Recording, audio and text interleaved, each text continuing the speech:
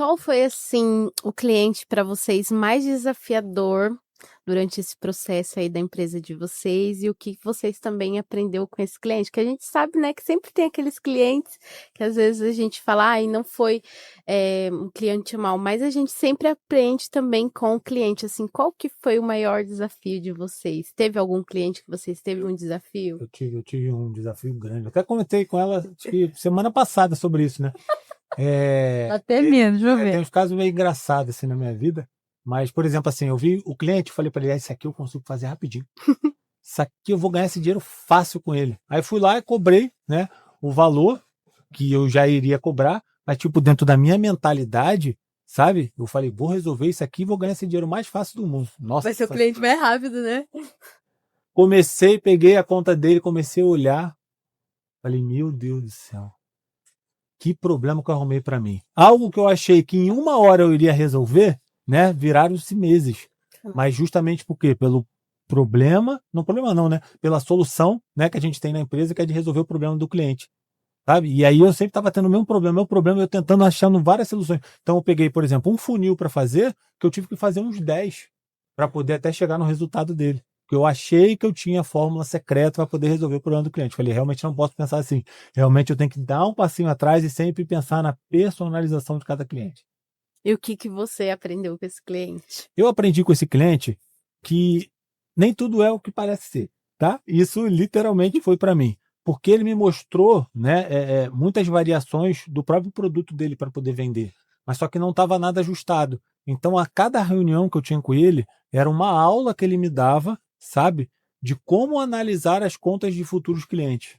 Porque tinha coisa que realmente eu não via, que estava escondido dentro do funil dele, que eu não conseguia decifrar por quem tinha feito antes. Então eu pensei que era só o Ctrl+C, Ctrl+V e realmente não era. Então ele, não, Rodolfo, mas você não reparou isso daqui não? Eu falei, é verdade, cara. Por quê? Eu não conhecia muito o nicho dele, eu achei que era só duplicar. Eu falei, rapaz, é verdade.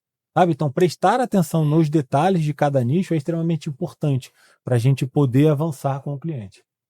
E você, Gabi, teve assim algum cliente desafiador? Nath, para mim o cliente desafiador é aquele que chega com muita dor.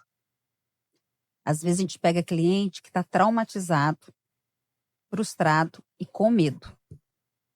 Nós pegamos uma cliente um tempo atrás que é literalmente medo. Sabe aquele medo? Ela olhava para a gente assim, e era nítido você ver. E como eu trabalho com o reino de Deus, tenho discernimento, eu sabia do que se tratava ali. Porque ela já foi usurpada, já foi roubada, já foi enganada, venderam coisas e não entregaram, prometeram e não fizeram. Então, isso para mim é muito desafiador, porque eu tenho um senso de justiça muito forte. Meu senso de justiça é muito forte. Então, assim, se eu te vender algo, um serviço, e você virar para mim, depois de eu entregar e falou, não ficou como eu queria, não é o que eu pensei, eu te devolvo o dinheiro.